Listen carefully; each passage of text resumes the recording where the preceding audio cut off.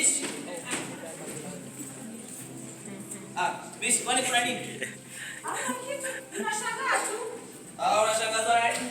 Yaani hii suti ambayo ilikuwa inakuchukua vizuri sasa inakupoa. Naipenda hii. Yaani mume wangu umekonda kama ng'ombe. Mishi, tushukuru kwa Mungu wa maisha ukufanya sisi kupoteza akili zetu na afya zetu. Sawa? Ndio, afya ndio muhimu zaidi. Kweli kabisa. Mishi, mimi naomba sasa kuondoka. Unakwenda wapi leo na suti yako unataka kujikumbusha ya kale? Mishi, sikiliza, wanasema ya kuwa ya kale hayanuki. Na basi tuyagange yajayo, sawa? Tutasahau vipi hayo ya kale yaliyotukuza kiasi hicho? Hata ninamshukuru Mungu. Jana ameweza kuzoea maisha haya.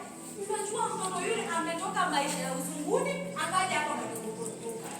Sasa Mishi unakumbuka Dama wewe naye mjua amebadilika kiasi kikubwa sana.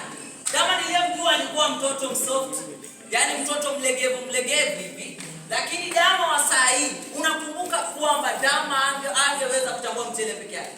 Unakumbuka? Hivi wakumbuka Dama angeweza kukata kucha za vidole vyake? Unakumbuka? Unakumbuka Dama kuwa anaweza kucheza michezo na wenzie?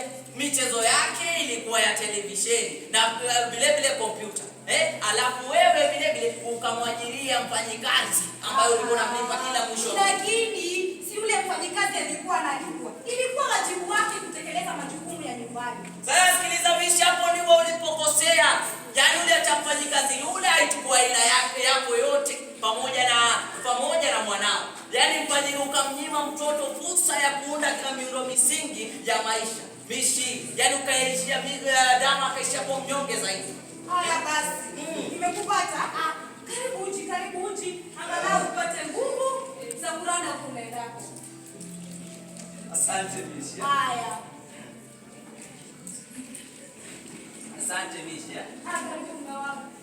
Asante Mishi.